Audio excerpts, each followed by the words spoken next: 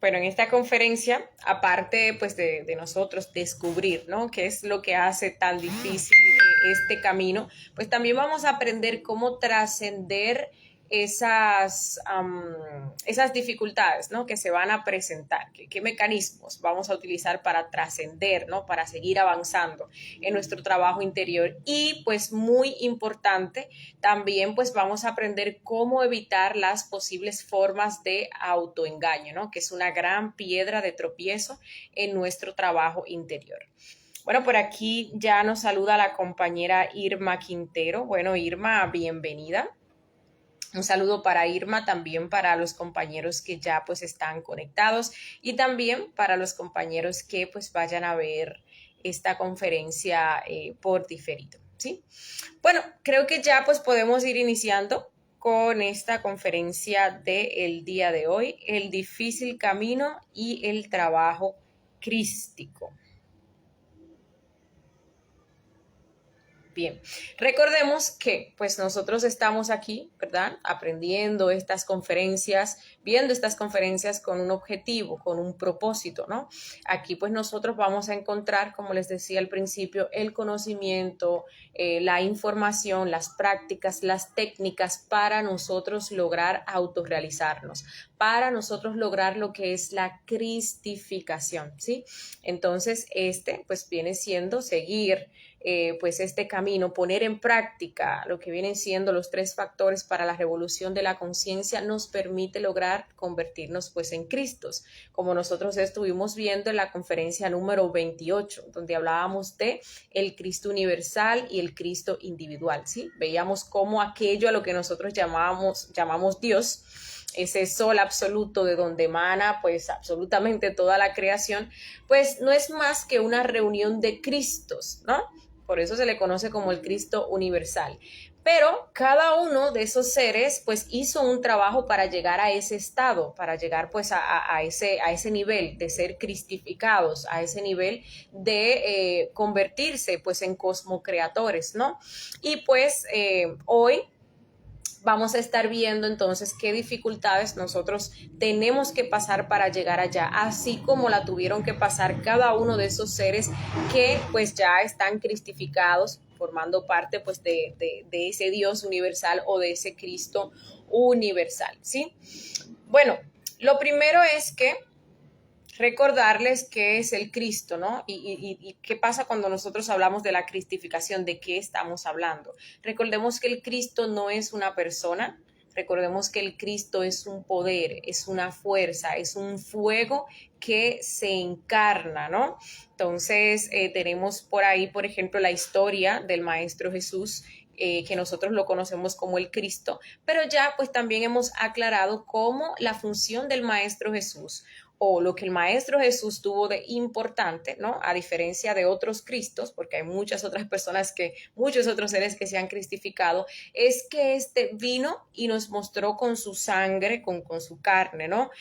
Que todo iniciado tiene que pasar camino a esa cristificación. Entonces, todo ese proceso de vía crucis que vivió el Maestro Jesús, absolutamente todo lo que dijo, todo lo que hizo, incluso las personas con las cuales él se relacionaba, tienen un significado esotérico para todo iniciado, porque toda persona que quiera llegar a ese punto de convertirse, ¿no? De seguir sus enseñanzas y convertirse en un Cristo, tiene que pasar por todo eso, ¿no? Entonces hoy pues vamos a estar viendo alguna de esas dificultades que incluso nos pueden torcer, o sea, llevarnos a torcer el camino objetivo que nos lleva hacia allá, hacia la cristificación, o nos pueden incluso sacar de este camino, ¿no? Por eso pues tenemos nosotros que estar pendiente o pues nos pueden obstaculizar, ¿no? Nos pueden detener, ¿no? Nos pueden retrasar en torno pues al avance de nuestro trabajo interior.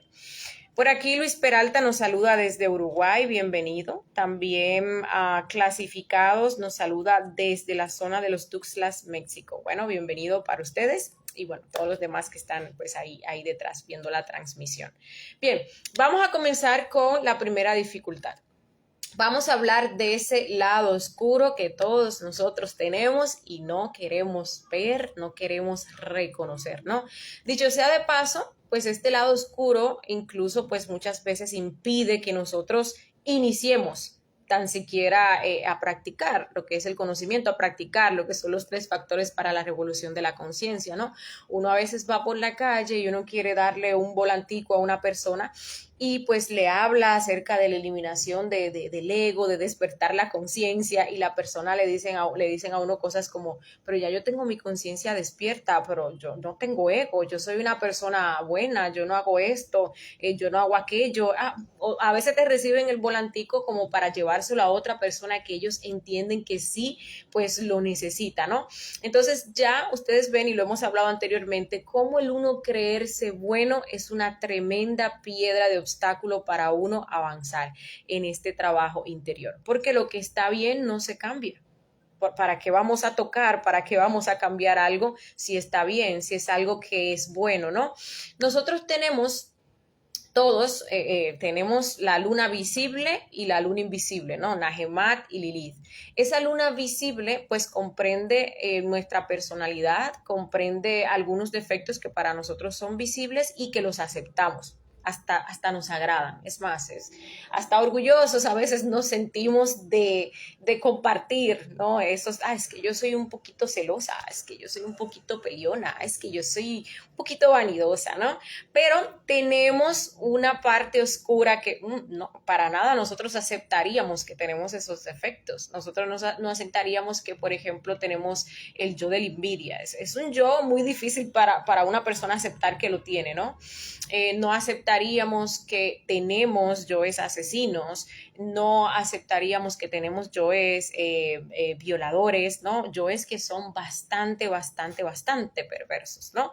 Claro, obviamente, pues a medida que uno va trabajando y siempre que uno tenga esa apertura de realmente avanzar, querer pues observar y aceptar que uno tiene su lado oscuro, pues uno se va dando cuenta de todo eso porque los detallitos se van manifestando, ¿no? Y uno los puede ir pues observando. Pero como ustedes pueden ver, eso, el nosotros no querer aceptar ese lado oscuro que tenemos, nos lleva pues a desarrollar mucho lo que es el fanatismo, lo que es la mitomanía y lo que viene siendo el autoengaño, y pues hasta ahí quedó nuestro trabajo, ¿no? Entonces a veces uno también llega, se interesa por estos temas, ¿no?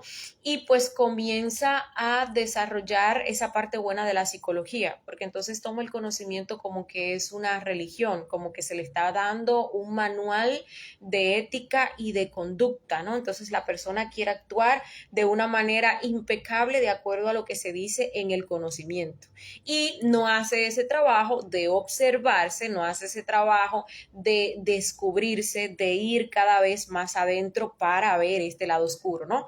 Incluso a veces a uno pues se le manifiesta un detallito y de algún yo perverso, ¿no? Y uno lo que hace es, le da como vergüenza frente a uno mismo, ¿no? Y muchas veces la pereza para uno trabajar esos yoes, y uno lo que hace es como mirar para el otro lado, ¿no? No mira, no toma el toro por los cuernos, no mira ese detalle de ese defecto tan perverso que se le está manifestando allí, ¿no? Y entonces, obviamente, pues así no vamos a avanzar, porque este avance que nosotros queremos lograr se va a dar a medida que nosotros cada vez profundicemos más en nuestra psicología, cada vez bajemos más a esas infradimensiones que nosotros tenemos, ¿no? Veamos cada vez caigamos más en cuenta de lo perverso que nosotros somos, ¿no? Porque de eso se trata este trabajo, eliminar el ego, eliminar toda la perversidad que nosotros tenemos. Entonces, si andamos nosotros ahí fantaseando con figurita de luz, en que ya somos seres de luz, en que ya yo no tengo este defecto, en que ya yo no tengo este otro, es que yo nunca he hecho eso, es que yo nunca he hecho lo otro, pues ahí se nos va a desarrollar, lo más que se nos puede desarrollar es fanatismo, mitomanía, pero pues no vamos nosotros a avanzar, no vamos a avanzar en este trabajo interior. Ahora, otra cosa muy interesante que pasa con este lado oscuro que nosotros no queremos observar, no queremos reconocer, es que lo proyectamos en los demás, ¿sí? Entonces aquí entra en juego algo que se le conoce como la ley del espejo. Entonces allí nosotros proyectamos en los demás, vamos a ver nuestros defectos perversos en los demás, ¿sí? Ya sea que estos lo tengan porque, o sea, lo estamos proyectando, lo estamos reconociendo, o puede ser que tampoco la otra persona no lo tenga en ese nivel, ¿no? O no esté actuando bajo el influjo de tal o cual defecto, pero lo estamos viendo así porque estamos proyectando nuestros propios defectos psicológicos. Cuando caemos en ese estado, ¿qué pasa? Entonces ahí se duerme más nuestra conciencia, se duerme más nuestra capacidad de ese juicio, de ese autojuicio crítico, ¿no? Nos ganamos karma porque entonces estamos criticando, estamos juzgando a la otra persona, ya pasamos a la acción, ya pasamos pues a las palabras y pues terminamos nosotros creyéndonos como unos santos, ¿no? Entonces los malos son los demás, entonces nosotros estamos bien, nosotros ahora actuamos de acuerdo a estos lineamientos y pues así sucesivamente. Esta ley del espejo, si nosotros sabemos cómo utilizarla, nos beneficia un montón, ¿sí? Porque nosotros tenemos problemas serios con la autoobservación. Recuerden que la autoobservación es un sentido que está bastante atrofiado por falta de uso. Pero para ello están, o sea, para ayudarnos están las personas a nuestro alrededor, para que nosotros veamos aquellas cosas que no podemos ver en nosotros, ¿no? Entonces es muy urgente que nosotros, por ejemplo, trabajemos aquellas cosas que nosotros tanto criticamos y despreciamos de los demás, porque eso significa que nos estamos proyectando en los demás. Algo que tenemos que no nos gustaría ver, ¿no? Lo estamos proyectando, lo estamos viendo en la otra persona. Ya sea, puede ser que el defecto esté en su polaridad pasiva o en su polaridad activa, ¿no? En la misma polaridad en el cual la tiene la otra persona o en la polaridad contraria, ¿no? Que más nos hace creer que nosotros no y la otra persona sí. Sí, pero de esa manera podemos nosotros aprovechar la ley del espejo. Todo lo que nos molesta de las personas que nos rodean son cosas que inmediatamente, si uno pues es diligente, pues uno inmediatamente comienza a buscarse una meditación reflexiva para buscarse ese defecto en uno mismo. Es que a mí me molesta que mi esposa sea tan perezosa o me molesta que la vecina sea tan lujuriosa, ¿no? Entonces ya uno conociendo cómo esta ley se aplica, cómo esta ley se procesa, déjame yo hacer una meditación reflexiva para ver cuándo a mí y cómo a mí se me manifiesta el yo de la pereza. Que si yo lo veo en el otro, aunque ahora mismo no me lo pueda ver a mí, pues eso significa que yo lo tengo, déjame buscarlo. Y si me molesta en gran cantidad es porque es algo urgente que yo tengo que trabajar, ¿no? Déjame yo ver las veces que yo he sido lujuriosa. Entonces me doy cuenta que pues sí, cuando me pongo a reflexionar, veo, por ejemplo, todas esas escenas de lujuria donde mi lujuria se manifestó, veo que también hay mucha lujuria reprimida, ¿no? Y por eso pues hay un estado de celos, hay un estado de envidia en contra de esa persona, ¿no? Otra cosa también es recordar que de esa manera, si nosotros no sabemos aprovechar pues esta ley, pues uno termina alimentando yoes que son bastante perversos y eso lo pudimos ver en la conferencia número 20, donde hablábamos del país psicológico, ¿sí? De cómo uno, por ejemplo, ve una noticia terrible o escucha de algo súper perverso y pesado que hizo una persona, ¿no? Entonces ahí uno comienza con la crítica, con el juicio, uno comienza con ese proceso de imaginación mecánica y uno creería que pues uno es bueno porque yo estoy sancionando eso, yo me estoy preocupando, eso es algo que me indigna. Recordemos que a través de todo eso se alimenta aquello. ¿Sí? Ese proceso de imaginación con toda esa energía, aunque sea en su parte del desagrado, nos lleva pues a alimentar esos yoes tan pesados que tenemos en nuestra psicología. Y uno pues obviamente termina autoengañándose más, termina creyendo que es bueno, ¿no? Entonces hay que tener mucho cuidado con eso para pues nosotros no estancarnos en nuestro trabajo interior, ¿sí? Otra cosa es que pues hay que saber que esta senda está llena de peligros por dentro y por fuera, ¿no? por dentro. O sea, tenemos a nuestros propios yoes, nuestros defectos psicológicos que obviamente no nos van a querer dejar avanzar, ¿no? Tenemos unos yoes también que pues nos llevan a generar muchísimo lo que es ese autoengaño y casi siempre pues estos yoes o nos sacan del conocimiento, nos llevan a otras sendas, a otros estudios, a otras escuelas, ¿no? O nos hacen adulterar el conocimiento o nos hacen desarrollar, por ejemplo, defectos tan pesados o alimentar defectos tan pesados como la mitomanía, ¿no? Ya hemos hablado del fanatismo y la mitomanía, que pues vienen estos dos defectos de la no práctica, en primer lugar, ¿no? El fanático, que es pues una persona dependiente, allí estuvimos viendo todos esos detalles, que si la tiranía, que si la pereza, ¿sí? Una persona que pues no le gusta practicar, habla de lo que no practica y así sucesivamente, es una persona que quiere vivir el conocimiento como que fuera una religión e incluso pues imponérselo a los demás. Y luego entonces viene la mitomanía, que es donde la persona pues ya se cree un ser de luz, se cree un ser especial, se cree pues un enviado de los maestros. Esos mismos defectos sin trabajar comienzan a presentársele a esa persona en el astral, en formas místicas, hasta ángeles y seres de luz y así por el estilo, ¿no? Y pues ahí pues está el problema. Esos defectos pues obviamente nos estancan y peor, ¿no? Peor, porque ya vimos cómo, por ejemplo, ese yo fanático nos lleva a generar muchísimo daño, nos lleva a desviar personas que incluso tenían un anhelo sincero por encontrar pues un conocimiento que los guíe hacia lo que es la autorrealización íntima de su ser, ¿no? En esta senda, pues algo tiene uno que tener claro, que cuando uno cree que va bien, va mal. Y cuando uno cree que va mal, va bien. Y esto pues hay que reflexionarlo. ¿A qué se refiere esta frase? A eso. Cuando uno ya se dice, no, es que yo no me veo defectos, yo no tengo defectos, ya yo maté eso. Es que yo nunca he hecho eso a mí nunca me ha pasado por la cabeza, yo no tengo ese defecto. No, yo tenía dos detallitos y ya yo lo eliminé, ¿sí? Entonces ya pues uno se siente autorrealizado muchas veces sin haber matado ni siquiera pues el primer defecto, ¿no?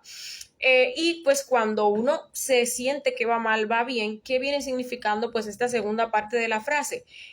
Que efectivamente, si uno está trabajando y uno está avanzando, lo que pasa es que uno cada vez se da cuenta o se da más cuenta de la perversidad que tiene. Sí, primero la autoobservación se está desarrollando y el hecho de que la autoobservación se desarrolle permite que nosotros podamos ver más cantidad de detalles, incluso detallitos que son más sutiles. Entonces uno se da cuenta que uno ni siquiera ha empezado el trabajo. O sea, que cada vez son más y más y más defectos y que cada vez uno puede darse cuenta de defectos que son peores y peores y más pesados, ¿no? Sí, entonces a veces incluso uno pues hasta se impresiona de los defectos que uno puede descubrir en su psicología. Pero inmediatamente alguien dice, no, yo estoy bien, yo no tengo más defectos que trabajar, yo ya no tengo nada que cambiar, pues ahí se paró el avance, ¿no? Las personas, pues obviamente, cuando están trabajando, pues sienten la presión del trabajo, cada vez van a haber más defectos, cada vez van a caer más en cuenta de la degeneración en la cual, pues, bueno, estamos todos, ¿no? Otra cosa también que es bueno, pues, saber con respecto a este camino es que muchas veces nosotros nos vamos a encontrar en un desierto, ¿no? Una especie de desierto donde uno pues no sabe qué hacer, hacia dónde ir, donde pareciera como que uno está solo, como que pues el padre no está ahí, ¿no? Pruebas. Pruebas, a veces a uno le ponen pruebas de humildad, le ponen pruebas de paciencia, ¿no? De inteligencia para ver si uno, pues, de conciencia, para ver si uno, pues, ha desarrollado la conciencia para hacer las cosas de la forma correcta, de una forma, pues, consciente, ¿no? Hay periodos, vamos a decirle así, esos periodos de donde uno siente que está como por ese desierto, que pues le vamos a llamar crisis, ¿no? Todos Absolutamente todos vamos a pasar por esos momentos de crisis donde nos vamos nosotros pues a sentir solos, ¿no?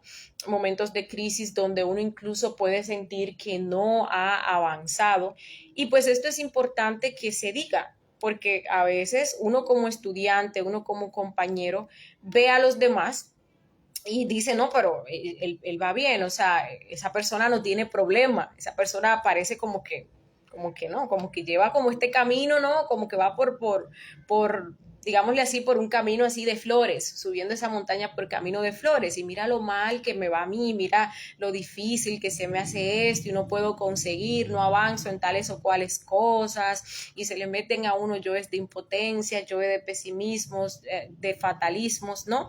Y pues déjeme decirle que absolutamente todos pasamos por esos momentos, todos. Imagínese usted un maestro Jesús pasando por ese momento. Imagínese el maestro Jesús la noche antes cuando lo iban a crucificar, ¿no? El temor, tanto así que pues hasta lloró y le dijo a su padre, si, o sea, si es tu voluntad, pues aparta esta copa de mí, pero que se haga tu voluntad, ¿no? No la mía, ¿no? En ese mismo momento, cuando él estaba en esa cruz, en el Calvario, pues también decía, Dios mío, ¿por qué me has abandonado? ¿No? Entonces, todos los maestros, pues han pasado por esos momentos de crisis. Recordemos que allí en esas crisis encontramos nosotros las resistencias, como estuvimos hablando en la conferencia de la ley de octavas y de entropía, ¿no? Encontramos allí ese peso que nosotros necesitamos trascender.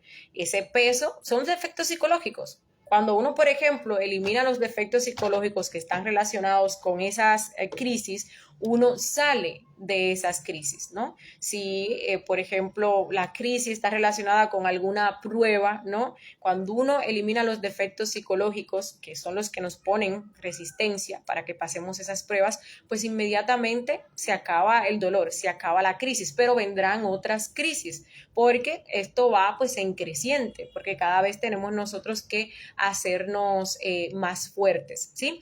Lo que sí es que, pues cuando nosotros estamos pasando por esas crisis, ¿qué tenemos que hacer? Bueno, pues mantener el trabajo, mantener la autoobservación, recordarnos de nosotros mismos, recordarnos pues de nuestro ser. En ese momento nos va a ayudar muchísimo esos espacios de meditación donde uno busca pues esa unión con su ser y obviamente la muerte de todos esos yoes que se estén manifestando allí en ese momento de crisis, ¿sí? Otra de las dificultades que nosotros vamos a encontrar son los códigos morales, ¿sí? La conciencia, pues, siempre será, ¿no? Es algo, pues, eterno. La conciencia va, obviamente, más allá de los códigos morales, la conciencia va más allá del bien y del mal, ¿no? Porque todo esto, códigos éticos, morales, el bien y el mal, pues, difieren mucho dependiendo del tiempo, dependiendo de la cultura, dependiendo de la región, ¿no? Ustedes ven que lo que es bueno aquí en este país, en otro país, no lo es.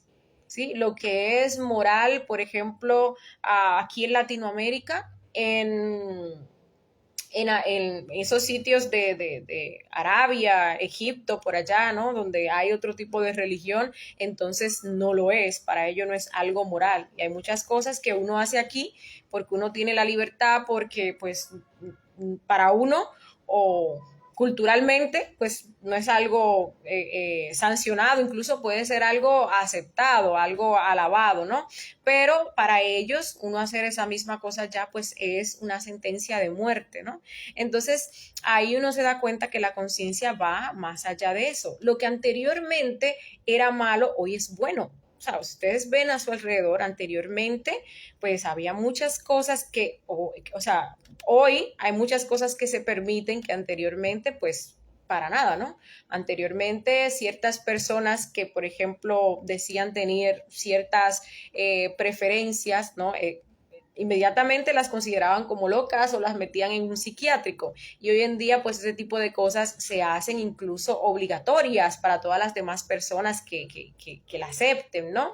Y se van formando o van integrándose a lo que viene siendo pues la cultura, y son cosas incluso que se comienzan a enseñar pues en las escuelas a los niños desde pequeñitos, ¿no? Para que las vayan viendo como normal.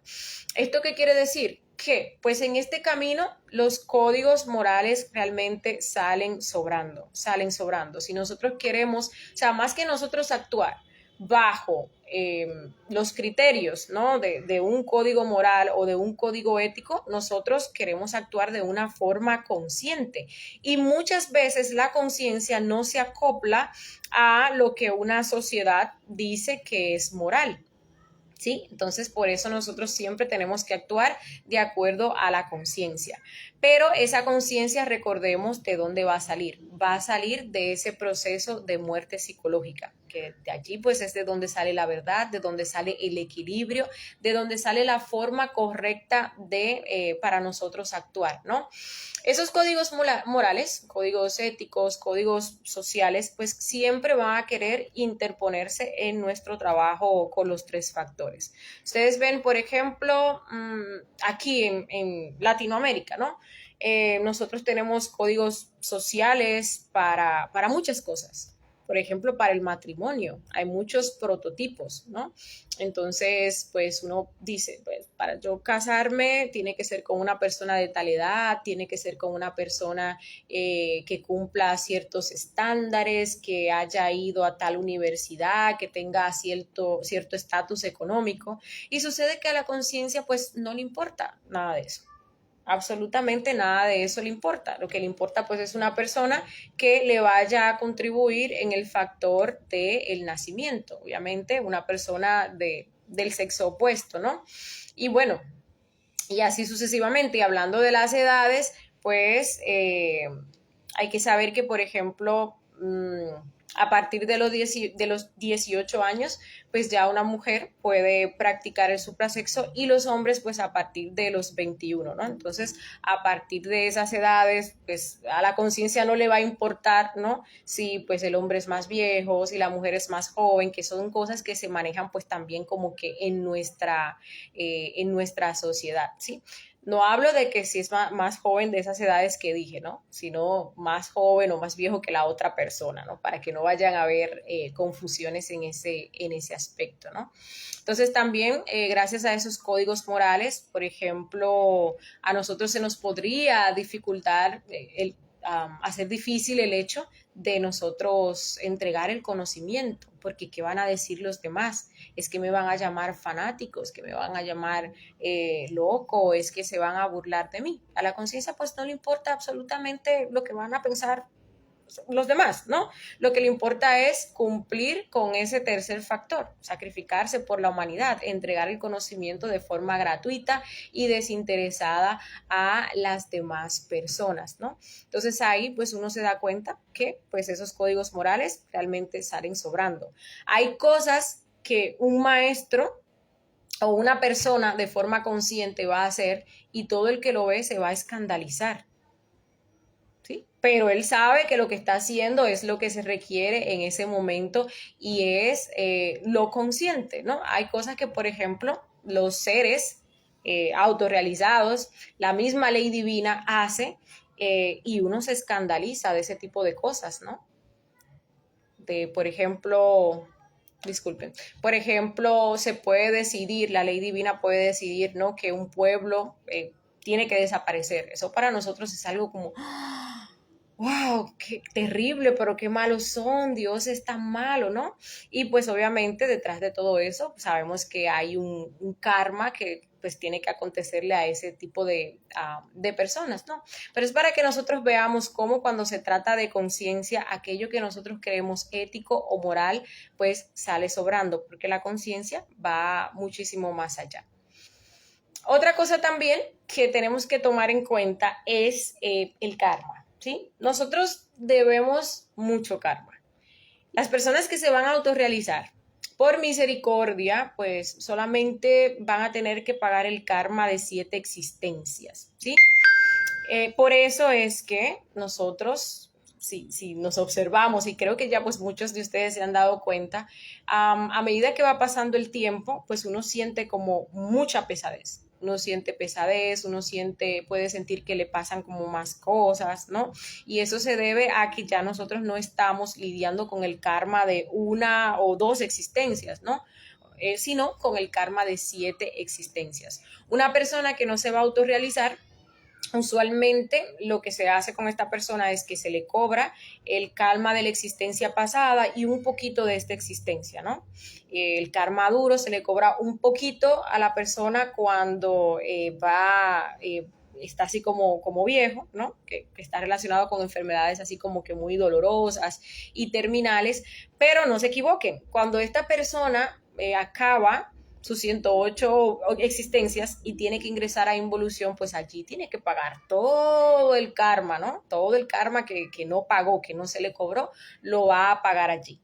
Ahora bien, una persona que se va a autorrealizar tiene que pagar el karma de 7 existencias, ¿no? Entonces uno pues a veces este tipo de cosas atemoriza a uno, ¿no? Entonces uno se pone a comparar a cómo yo estaba antes, cómo estoy ahora. Incluso pues a nivel físico uno se da cuenta que hay muchas cosas que han cambiado, ¿no? Que están más pesadas. Pero imagínense ustedes, si a una persona pues normal que no se vaya a autorrealizar le da un dolorcito de barriga, pues a nosotros nos tiene que dar un poquito más, porque estamos hablando de 7 existencias que pues estamos pagando, ¿no? Entonces uno siente la pesadez, incluso a veces hasta en los músculos, ¿no?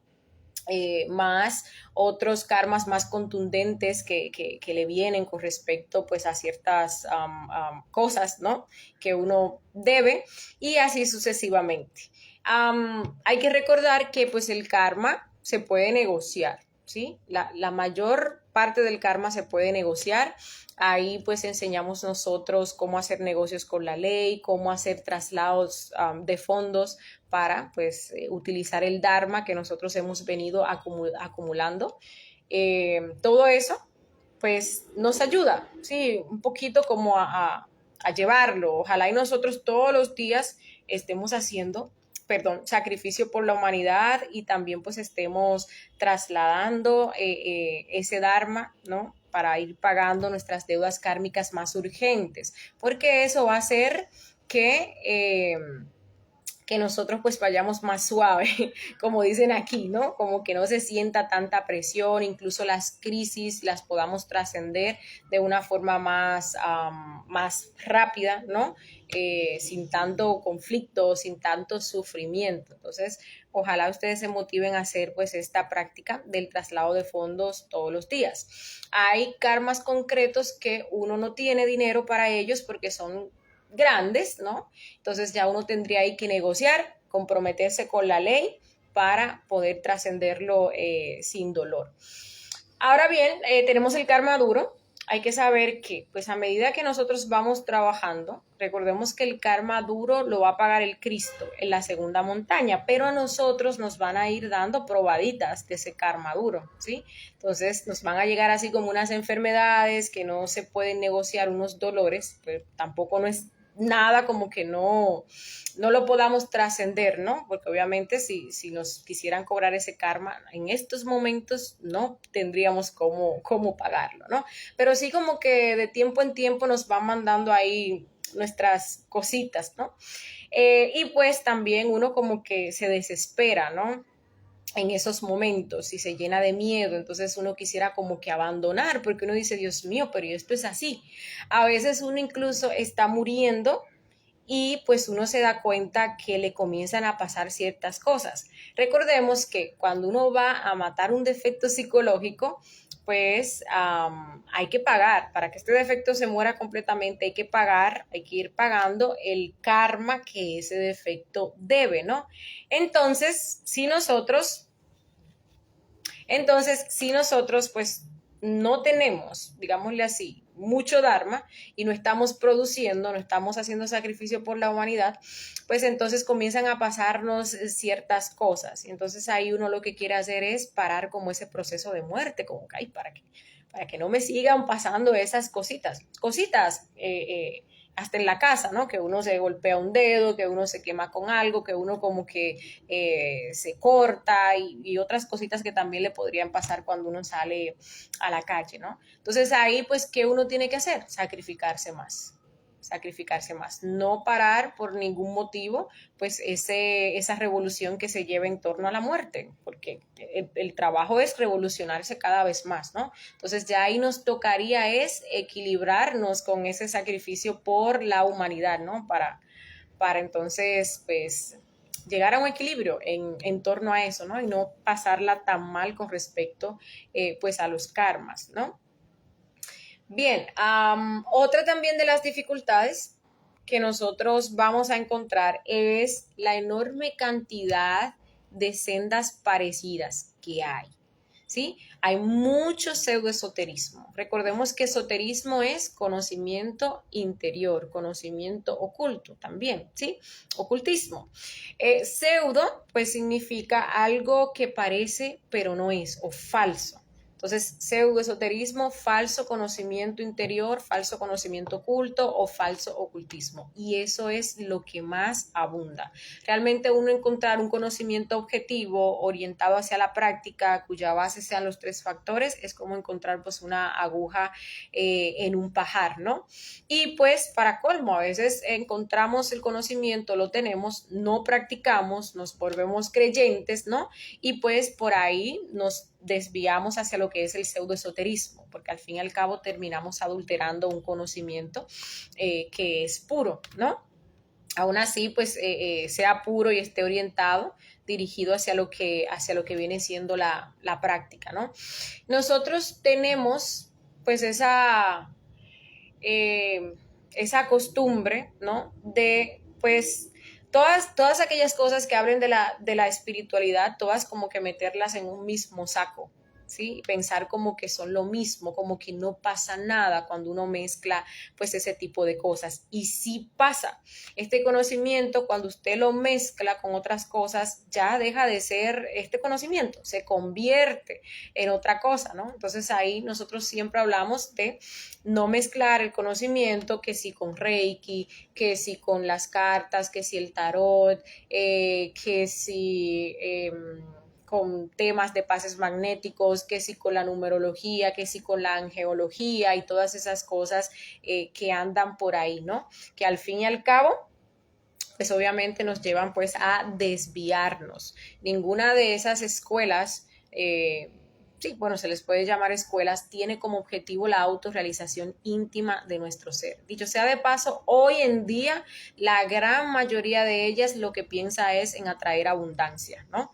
Utilizar lo espiritual para atraer abundancia. Y ese pues no es el objetivo de este conocimiento. El objetivo de este conocimiento es lograr la autorrealización íntima del ser. ¿Cómo? Matando nuestros yoes, creando los cuerpos existenciales y desarrollando el amor por la humanidad, ¿no? Hay muchas personas que también pues llegan a este conocimiento y se lo encuentran tan difícil, se lo encuentran tan duro que pues obviamente se despintan por otras sendas parecidas que le ofrecen algo más suave, que le ofrecen algo más fácil, ¿no?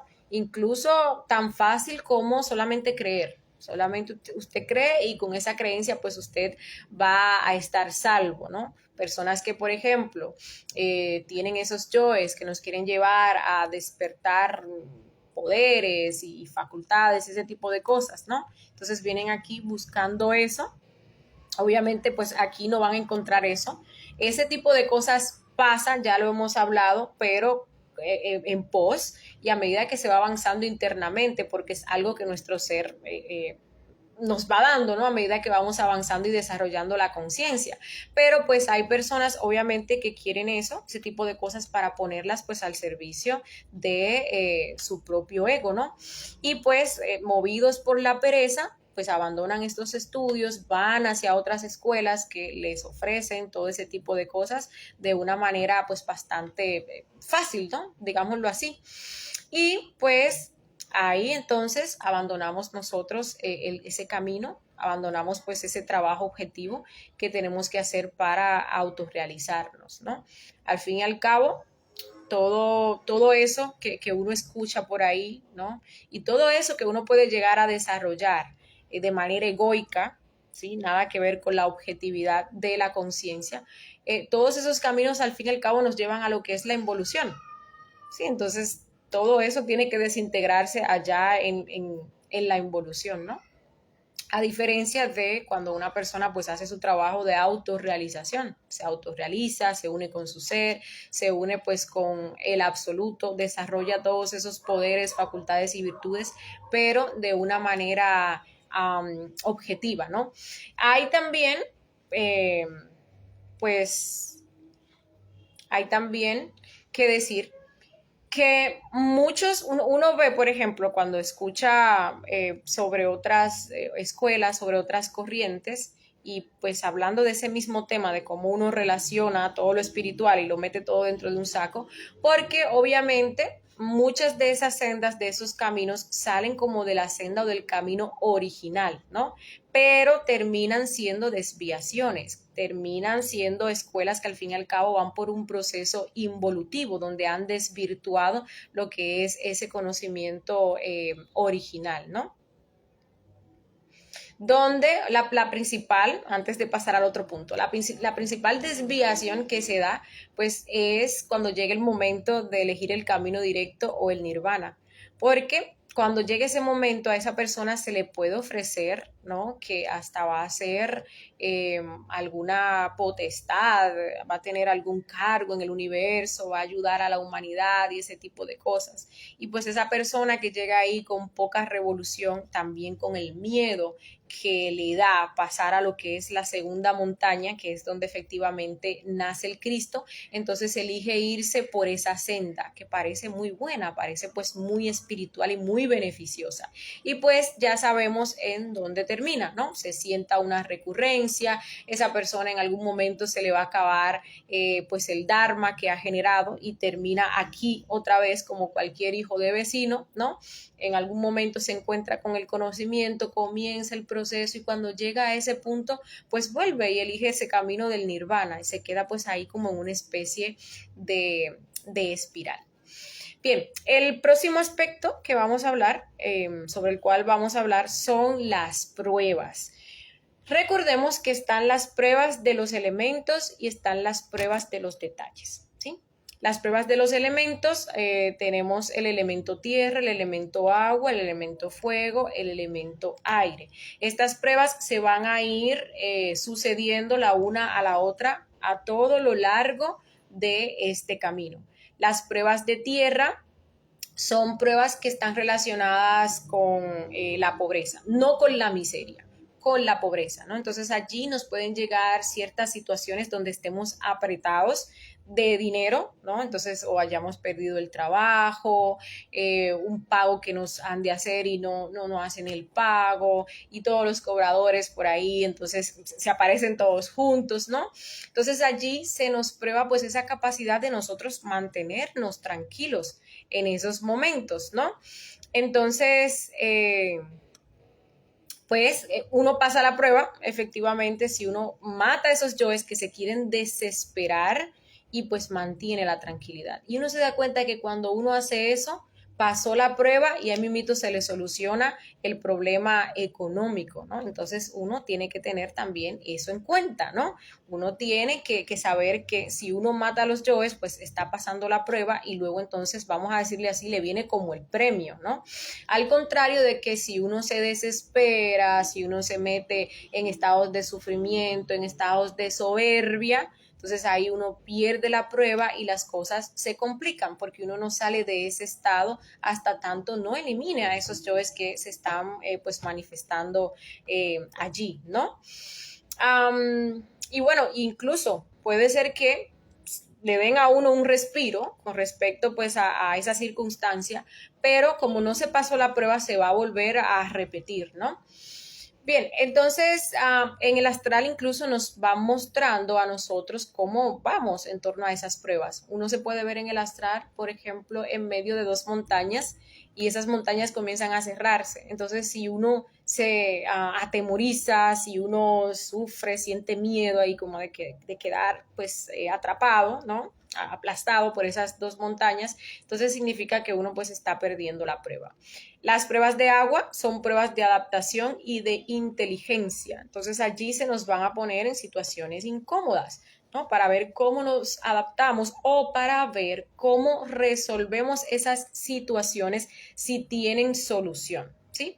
Entonces, por ejemplo, puede darse el caso de que yo tenga que dar una conferencia, entonces ahí se me daña la computadora, ¿no? Entonces, ¿cómo voy a dar la conferencia? Bueno, puedo transmitir a través del teléfono. Entonces ahí pues yo como que pude resolver esa dificultad que se me presentó. Sí, no me quedé como, bueno, no voy a dar la conferencia porque se dañó la computadora. Busqué pues una forma de resolver. Pero igual el teléfono pudo no haberme funcionado. Si no me funcionó, entonces, ¿qué me toca? Me toca pues adaptarme a esa situación, ¿sí? De, bueno, no se pudo hoy, se va a poder mañana, porque también se pierde la prueba cuando uno por no resolver cae entonces en estados de desesperación y en estados de miedo y en estados de sofocación. Estas, bueno, se puede dar el caso de que, por ejemplo, uno tenga que mudarse, de que una persona tenga que por un tiempo venir a mudarse con nosotros y uno tenga como que adaptarse, ¿no? Cualquier situación a la que uno se tenga que adaptar, pues son pruebas, ¿no? Entonces, en el astral nos pueden mostrar como que estamos en un mar y en ese mar tenemos que ver cómo nos manejamos, ¿no? Entonces, si estamos allí y nos estamos ahogando, ¿no? Bueno, ustedes han escuchado el dicho de ahogarse en un vaso de agua, ¿verdad? Si estamos allí y pues estamos como que ahí estamos ahogándonos, pues eso implica que estamos perdiendo las pruebas de agua, ¿no? Pero si sabemos que estamos en un astral, por ejemplo, despierta conciencia, sabemos que estamos en un astral y salimos de allí, ya sea a través de la imaginación, ya sea nadando, pues eso implica que estamos pasando las pruebas. Las pruebas de fuego son pruebas relacionadas con la emoción. Sí, entonces usualmente se nos va a probar la emoción, específicamente la lujuria y la ira, ¿no? Entonces ahí la pareja que se levantó de malas o por la calle una persona que andaba de malas o nos miró de tal manera o nos hizo tal o cual gesto o nos dijo tal o cual cosa, ¿no? O esa muchacha o ese chico que nos pasa por el frente y ay, qué atractivo, qué persona que se ve súper bien, que me gusta, ¿no? Entonces ahí tenemos nosotros que pues estar pendientes a ver qué son pruebas, ¿no? Y pues eliminar los yoes, que se nos manifiesten. Igual en el astral también nos muestran si pasamos o si quemamos estas pruebas, ¿no? Nos pueden mostrar como que estamos en una casa y esa casa está ardiendo en llamas, entonces uno está ahí asustado, está aterrorizado, ¿no? Eso significa que estamos perdiendo las pruebas, ¿no? Pero igual, si uno se da cuenta que pues está en el astral y se da cuenta que el fuego pues no le quema, que incluso puede pasar a través de él, pues implica que uno está pasando esas pruebas de fuego. Y el último de los elementos en torno a las pruebas, pues es el aire, ¿no? El aire, estas pruebas de aire están relacionadas con los apegos. Entonces allí nuestro ser nos puede pedir que nos desapeguemos de algo. Un defecto puede ser, un objeto incluso, ¿no? Nos muestra que estamos pasando mucho tiempo en ese celular, ¿no? Que queremos demasiado ese celular iPhone, no sé, el último que salió, lo que sea. Y nos puede pedir que nos desapeguemos de eso, que nos desapeguemos de una persona y así sucesivamente, ¿no? Que nos desapeguemos de un sentimiento incluso, ¿no? Entonces, ¿cómo nos muestran que estamos nosotros pasando estas pruebas o quemándolas? Igual en el astral. Entonces allí un maestro o nos podemos ver nosotros como que estamos cayendo de un sitio alto, ¿no? Entonces si gritamos asustados, aterrorizados, pues eso significa que estamos perdiendo la prueba, ¿no? Sin embargo, sí, pues al darnos cuenta que estamos cayendo, sabemos, o sea, que estamos en el astral y manejamos esa voluntad incluso pues para volar, pues ahí nos indican que nosotros estamos pasando pues la prueba, ¿no? Recordemos que esta prueba de los apegos, esas pruebas de aire, pues usualmente son las que, o sea, nos hacen perder todas las demás pruebas, ¿no? Todas las demás pruebas se pierden por apegos, entonces hay que ponerle muchísima atención. Por apego a la lujuria y a nuestra ira, uno pierde pruebas de fuego. Por apego al dinero, pues uno pierde pruebas de tierra. Por apego a las comodidades, entonces ahí uno va perdiendo pruebas de agua, ¿sí? Bien, también conjuntamente con estas pruebas son grandes, ¿no? Entonces uno las puede ver con más facilidad, incluso uno las puede pasar, incluso en el astral también a uno hasta le muestran que le van a venir pruebas, miren a ver si pues los seres son misericordiosos, ¿sí? Pero las pruebas que más nos hacen fallar son las pruebas de los detalles. Y esas son las que más impiden que nosotros avancemos en todo, en la autoobservación, en el desarrollo de la muerte en marcha, en el equilibrio de los centros, en absolutamente todo. Porque estas pruebas de los detalles se dan de instante en instante, ¿no? Los efectos psicológicos se manifiestan de momento a momento y cada vez que uno deja que estos defectos actúen a través de uno, pues esos defectos consumen energía. Y pues ahí también está uno perdiendo una pruebita, ¿no? Y con ello pues también está perdiendo energía, los centros nunca se van a equilibrar, nunca vamos a iniciar con nuestro proceso, nuestro trabajo de creación, ¿no? Porque para ello hay que equilibrar los centros. Entonces, estas son las que más nosotros perdemos porque son cositas tan pequeñas. Son cosas que forman incluso parte de nuestra personalidad, son cosas que nosotros hacemos todos los días que son como tan comunes, tan normales para nosotros, ¿no? Entonces ahí pues las dejamos pasar. A veces que mi pareja me dijo algo feo, entonces ahí yo le hice un gesto como de desagrado, ¿no? Ahí hubo un yo que actuó. Ese yo de la ira, del orgullo, del desprecio, ahí hubo un detallito, ¿no? Y en esa acción que hubo ahí, el yo se alimentó, tomó parte de nuestra energía. Y esto pasa durante todo el día, todos esos pensamientos que nosotros tenemos durante el día, todas esas emociones negativas, todos esos deseos, ¿no?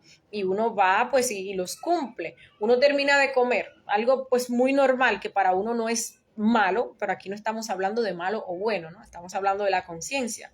Uno termina de comer y ya uno está lleno, ya uno está satisfecho, ¿no? Ya ha sido suficiente.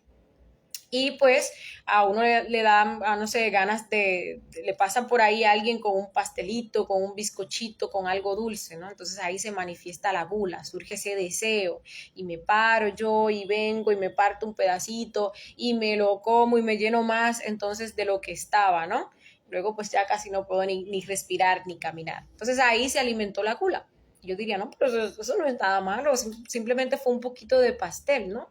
Pero cuando uno reflexiona, pues ese detallito de la gula que nos lleva pues al desequilibrio, es algo que nos genera un mal, porque ahora estamos embotados, ahora no podemos respirar, no podemos movernos, y así en el día hacemos muchas cosas que para nosotros son normales, que para nosotros no son nada, pero estamos dejando manifestar detalles de defectos que consumen energía y pues van a impedir que nosotros equilibremos nuestros centros, ¿sí? Entonces, pues, si queremos avanzar, esto es un camino probatorio hasta el final, hasta que se maten esos yo es causa y pues se dé la resurrección, ¿no? Entonces, pues hay que saber que pues hay que ir venciendo estas pruebitas para nosotros avanzar, ¿no? Incluso, pues hay una conferencia donde hablamos de la iniciación y las pruebas, que vemos que hay otras pruebas también como las pruebas de los guardianes de los umbrales, que también pues uno va a tener que pasar. De esas pues ya estaremos hablando en lo que viene siendo pues una conferencia de fase B, ¿sí? Bien, ahora pues hablemos con respecto a lo que es el Cristo, la segunda parte de esta conferencia. Esas son las dificultades que nosotros pues vamos a estar encontrando sí o sí en este camino, ¿no? Entonces hablemos ahora de la parte del Cristo. Recordemos que les decía al principio, el Cristo es un poder, es una fuerza que se encarna, ¿no? ¿Y qué tenemos nosotros que hacer para que ese Cristo nazca? para que esa fuerza nazca, ¿no? en nuestro interior. Esa fuerza que efectivamente pues, es el salvador de nuestro mundo interior, ¿no? Por esos trabajos que viene a desarrollar en ese proceso que se le conoce como la segunda montaña, ¿sí? Recordemos que el trabajo inicia cuando se prende el fuego, ¿sí?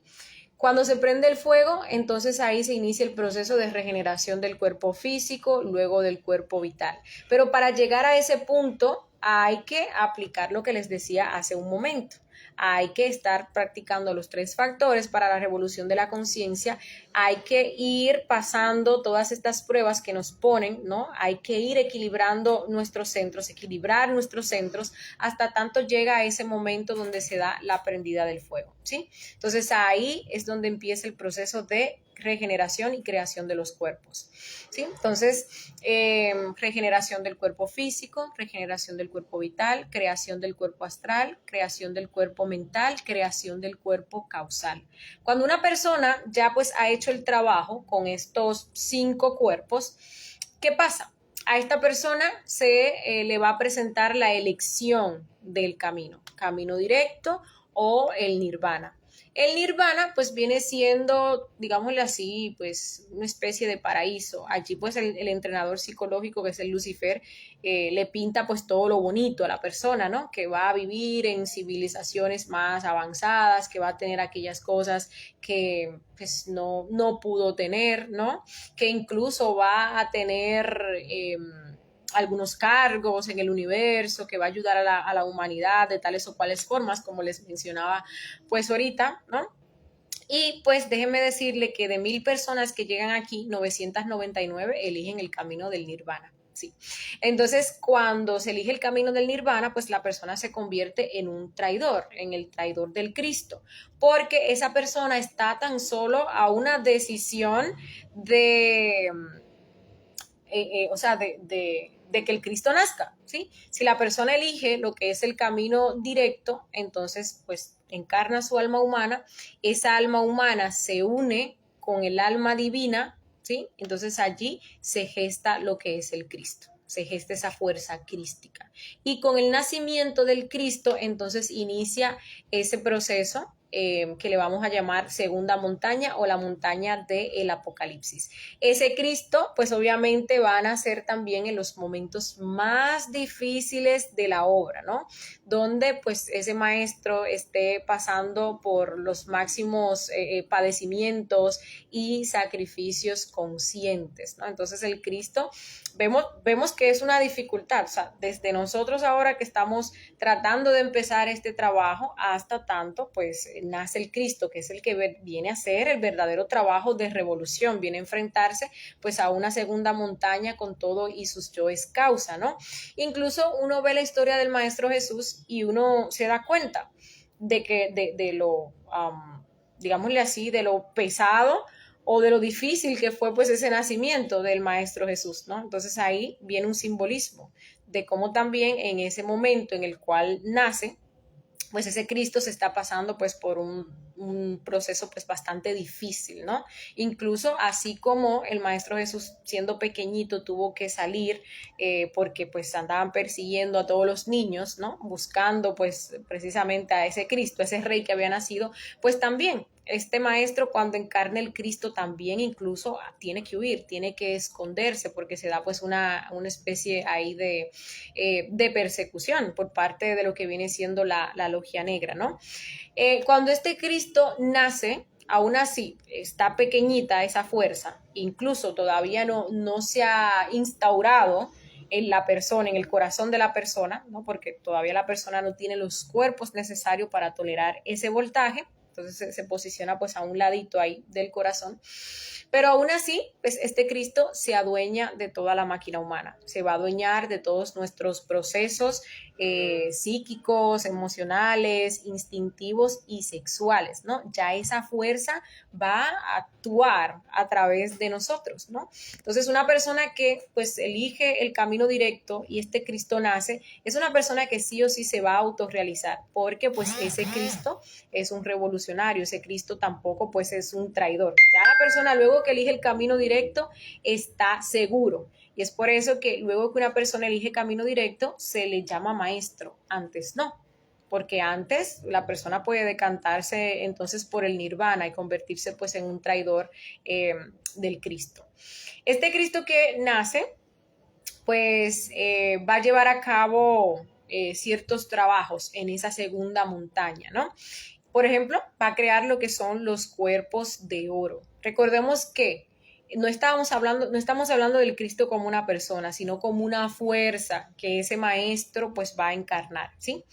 Bien, va a crear los cuerpos de oro. ¿Por qué? Porque ya los cuerpos de la primera montaña, que son los cuerpos solares, no toleran el voltaje del Cristo. Se necesitan entonces purificar esos cuerpos. Entonces ahora los vamos a pasar a oro. ¿Sí? Entonces, estos cuerpos de oro ya llega un momento en el cual sí el Cristo puede posicionarse en el corazón, puede posicionarse de lleno en ese maestro, ¿no? Cuando pues ya se han creado estos cuerpos.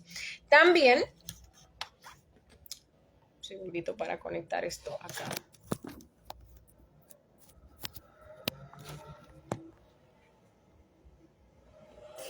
Bueno, también pues va a pagar el Cristo lo que es el karma duro, ¿sí?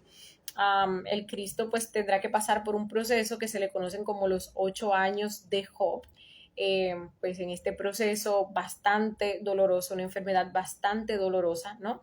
Y pues también ese proceso se relaciona mucho con matar lo que son los yoes traidores y también los yoes causa, porque a medida que el Cristo está pasando por ese proceso, pues van saliendo esos yoes traidores, van sacando la cabeza, esos yoes causa van sacando la cabeza, entonces ahí él los puede observar y los puede eliminar, ¿no? Este Cristo también tiene como trabajo limpiar lo que son los establos, que pues está relacionado con bajar a lo que son las infradimensiones del planeta Tierra, donde está la luna oculta. Entonces allí tiene que enfrentarse con unos defectos de miles y miles y miles de leyes, ¿no? Bastante difíciles, bastante terribles. Aparte de que también en primera montaña hay defectos que a uno se lo van a sacar, se lo van a retirar y los van a mandar allá, ¿no? Entonces quedan como a medio trabajar, a medio salcochar, entonces el Cristo termina de hacer ese trabajo, de eliminar completamente esos yoes que quedaron de primera montaña y aparte de eso entonces trabajar y eliminar lo que vienen siendo los yoes causa, ¿sí? Luego, pues también el Cristo tiene que hacerse cargo de lo que es la enseñanza a nivel mundial, ¿sí? A nivel pues mundial, ¿no? De una forma pues bastante general, ¿no? Otra cosa también que nosotros tenemos que saber es que, y ya lo decía al principio, todo aquello que vivió el Maestro Jesús, y todo ese vía crucis, ¿no? Todo ese camino hacia el Calvario, esos procesos de traición, todo, pues tiene que vivirlo el iniciado, solamente que de una forma interna, pero no significa que no vaya a pasar por la misma presión que pasó el Maestro Jesús cuando estaba viviendo esos acontecimientos de forma externa, ¿no? Entonces ya pues uno se puede imaginar que realmente pues el camino es bastante difícil y doloroso, ¿no? Nosotros también, o el Cristo, también tiene que enfrentarse por ejemplo, así como el Maestro Jesús tuvo enemigos, pues el Cristo también va a tener sus enemigos, ¿no? Va a tener pues esos detractores que lo van a ver cada quien desde o detrás de la óptica de sus propios cristales psicológicos. Y es algo interesante que uno reflexione que a uno pues no vamos todavía por ese nivel, claro que no, pero a uno le pasa, ¿no? A uno le pasa. Las personas cuando nos ven a través de su propia psicología, de sus cristales psicológicos, ¿no? Entonces, por ejemplo, uno les habla a las personas con respecto a la práctica del suprasexo. Y uno pues les habla desde las comprensiones que uno va teniendo a esa persona, ¿no? Y trata de hablarle pues de la forma más consciente posible. Pero la persona que tiene su cristal psicológico, digámosle así, o que tiene muy desarrollado lo que viene siendo la lujuria, pues lo que ve es un lujurioso que le está hablando. ¿no? Entonces ve, por ejemplo, que esa persona que le está hablando de sexo es un depravado. Entonces lo mismo pasa con el Cristo. Si uno experimenta eso a este nivel, pues ya imagínense a ese nivel superior. Es más, ustedes nada más pueden ver cómo fue tratado, cómo fue tildado pues el Maestro Jesús, ¿no? Y estábamos hablando de que pues de una persona o de un maestro que era pues consciente, ¿no? Que todo lo que hacía no daba ningún paso, si no era pues de una forma consciente, ¿no?